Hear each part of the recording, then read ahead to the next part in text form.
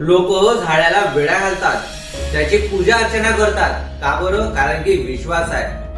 बाया चंद्राची पूजा करतात, उपास सुटेपर्यंत ते थांबतात आणि पूजा करतात. का बरं? कारण की त्याच्यावर सुद्धा विश्वास आहे.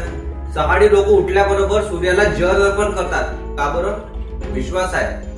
हातामध्ये कासवाची अंगठी घातल्याने चमत्कार होते, सगळं व्यवस्थित होते, म्हणून ते कासवाची अंगठी सुद्धा घालतात. भविष्यकाराकडे जातात हात दाखवायला, कारण की तो जे सांगेल ते सत्य आहे. विश्वास आहे त्याच्यावर, म्हणून तुम्ही त्याच्याकडे जाता. हातामध्ये काळा धागा, पायामध्ये काळा धागा, कमरीत करदोडा. का बरं?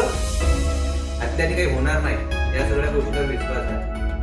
पण देवाने एवढं सुंदर एक निर्मिती केली आहे, तुम्हाला माहिती आहे का? तुम्ही त्याच्यावर विश्वास करता का?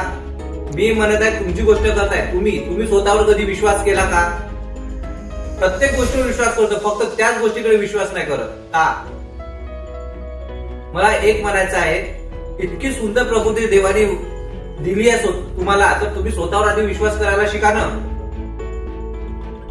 कासवाची अंगठी राहतं हे विश्वास, भविष्यकाळाकडे जाता विश्वास, हा करा, बरोबर आहे. पण तुम्ही एक वेळा तरी स्वतःवर विश्वास केला का?